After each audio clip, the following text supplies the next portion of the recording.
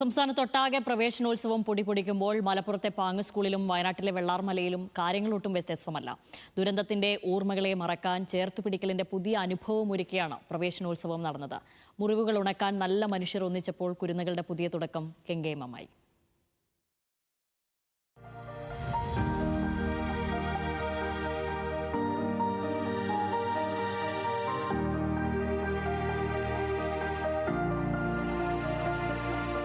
പ്രിയപ്പെട്ട അധ്യാപകരില്ലാതെയാണ് മലപ്പുറം പാങ് GLP സ്കൂളിലെ കുരുന്നുകൾ പുതിയ അധ്യയന വർഷത്തെ വരവേറ്റത്. ദുരന്തം സമ്മാനിച്ച വേദനയിൽ നിന്ന് കരകയറിയെത്തുന്ന കുരുന്നുകളെ അധ്യാപകരും നാട്ടുകാരും ചേർന്ന് വരവേറ്റു.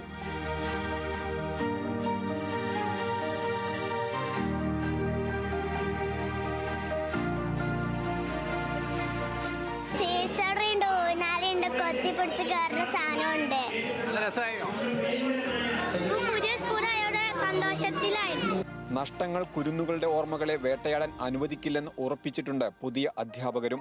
അതിനായി സ്കൂൾ കെട്ടിടങ്ങളും ക്ലാസ് മുറികളും അറ്റകുറ്റപ്പണി നടത്തി പുതിയ ചായം പൂശി വർണ്ണാഭമാക്കി.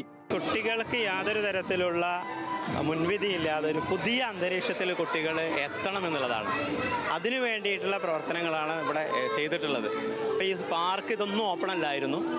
അതുപോലെ മൊത്തം നമ്മുടെ സ്കൂളിൻ്റെ ഓരോ ചിത്രങ്ങൾ പോലും നമ്മൾ മാറ്റിയിട്ടുണ്ട്, പുതിയ ചിത്രങ്ങളാക്കിയിട്ടുണ്ട്, പൂർണ്ണമായിട്ട് മാറ്റിയെടുത്തിട്ടുണ്ട് സ്കൂളിലെ പാചക തൊഴിലാളിയും അപകടത്തിൽ മരിച്ച സാജിദയുടെ മകൻ ഷഹദിൻ ദുരന്തത്തെ അതിജീവിച്ച് പ്രവേശനോത്സവ ദിവസം സ്കൂളിലെത്തിയത് സന്തോഷത്തിന്റെ ആഴം കൂട്ടി.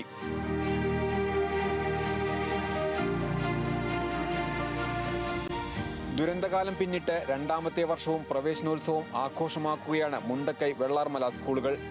ഒരു വലിയ ദുരന്തകാല ഓർമ്മകളെ മറന്ന് പുത്തൻ പ്രതീക്ഷകളുമായി ഈ പ്രവേശനോത്സവം ആഘോഷമാക്കുകയാണ് വെള്ളാർമലയിലെയും മുണ്ടക്കൈയിലെയും സ്കൂളുകളിലെ ഈ കുരുന്നുകൾ. ദുരന്തത്തിന് ശേഷം മേപ്പാടി ഹയർ സെക്കൻഡറി സ്കൂളിന് സമീപമുള്ള താൽക്കാലിക കെട്ടിടങ്ങളിലാണ് രണ്ട് സ്കൂളുകളും പ്രവർത്തിക്കുന്നത്. അധ്യാപകരും മാതാപിതാക്കളും ചേർന്ന് ക്ലാസ് മുറിയും സ്കൂൾ കെട്ടിടവും അലങ്കരിച്ചൊരുക്കിയിരുന്നു. വെള്ളാർമല സ്കൂളിൽ 7 വിദ്യാർത്ഥികളും മുണ്ടക്കൈ സ്കൂളിൽ 23 വിദ്യാർത്ഥികളുമാണ് പുതിയ 1ാം ക്ലാസ്സിലെത്തിയത്. ദുരന്തത്തിന്റെയും നഷ്ടത്തിന്റെയും ഓർമ്മകൾ നിലനിൽക്കുമ്പോഴും അവയൊന്നും കുട്ടികളുടെ മനസ്സിലേക്ക് ആഴ്ന്നിറങ്ങരുതെന്ന നിശ്ചയദാർഢ്യമുണ്ടായിരുന്നു നാട്ടുകാർക്ക്. അതാണ് വയനാട്ടിലെ ചൂരൽമല, വെള്ളാർമല സ്കൂളുകളിലും മലപ്പുറം പാങ് GLP സ്കൂളിലും ഇന്നു നാം കണ്ടത്. വയനാട്ടിൽ നിന്ന് ലിൻഡോ തോമസിനൊപ്പം ശാന്തകുമാർ വെള്ളാലത്ത്, ന്യൂസ് മലയാളം, മലപ്പുറം.